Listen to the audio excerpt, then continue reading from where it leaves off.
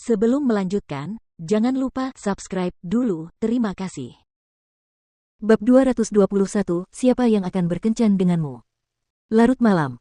Setelah nafas gadis itu mulai teratur, lelaki itu akhirnya membuka matanya yang jernih dan dingin bagaikan kolam yang dalam. Di bawah sinar rembulan, dia diam-diam memperhatikan wajah damai gadis yang tertidur itu, lalu mencium bibirnya dengan lembut.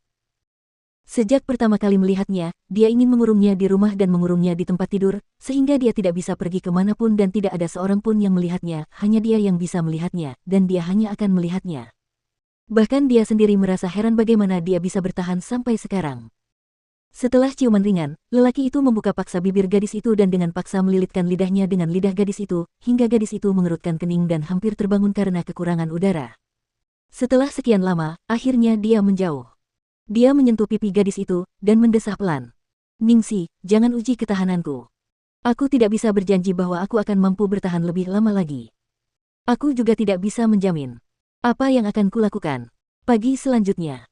Ningsi tidak tahu kapan tepatnya dia tertidur. Namun, saat dia bangun, Lu Tingqiao sudah tidak ada di tempat tidur. Saat itu hampir pukul 9 ketika dia bangun setelah tidur terlalu larut. Iklan oleh Pub Future. Ada banyak panggilan tak terjawab di teleponnya dari Jiang Muye, yang mengirim pesan WeChat yang memarahinya, bertanya-tanya apakah dia telah mengecewakannya lagi. Ningsi menggaruk kepalanya dan mengiriminya pesan agar dia datang. Dia pergi untuk mandi, lalu turun ke bawah. Lu Tingqiao telah pergi bekerja, dan harta karun kecil, yang tidak mengganggunya saat dia tidur, sedang duduk dengan tenang di sofa sambil membaca buku. "Sayang, kemarilah." Ningsi melambai pada harta karun kecil. Harta karun kecil segera meletakkan buku itu, dan Deng-Deng berlari menghampirinya. Ningsi menggendong si kecil dan berkata, "Bibi akan mengajakmu bermain hari ini, oke?" Mendengar ini, wajah Little Treasure penuh dengan keterkejutan, dan dia mengangguk dengan marah. Pada saat itu, terdengar klakson di pintu gerbang. Ningsi memegang tangan Little Treasure saat mereka keluar. Ketika Jiang Muye melihat Ningsi, dia tercengang. Hari ini, dia mengikat rambutnya dengan gaya ekor kuda, dan mengenakan baju terusan dan kaos putih bermotif bunga dengan gambar kartun di atasnya. Dengan tas selempang di tubuhnya, dia tampak seperti seorang pelajar. "Ayo pergi." Ningsi membawa Little Treasure ke mobil. Jiang Muye menatap Little Treasure di sebelahnya dengan mata terbelalak. "Jangan bilang, kamu mau mengajak anak kecil ini berkencan." Ningsi menatapnya dengan curiga. "Siapa yang akan berkencan denganmu? Aku akan mengajak Little Treasure jalan-jalan di musim gugur dan piknik, oke?" Jiang Muye melotot. "Lalu mengapa kau memintaku datang?" "Iklan oleh Pub Future. Tentu saja untuk menyetir mobil. Aku sempat memikirkannya, tapi hari ini hanya kamu yang bebas. Lu Corporation sedang dalam pembicaraan untuk usaha besar lainnya, jadi Lu Tingqiao dan Lu Jingli sama-sama sibuk selama periode ini." Jiang Muye tersedak, tercengang. "Kau mau pergi atau tidak?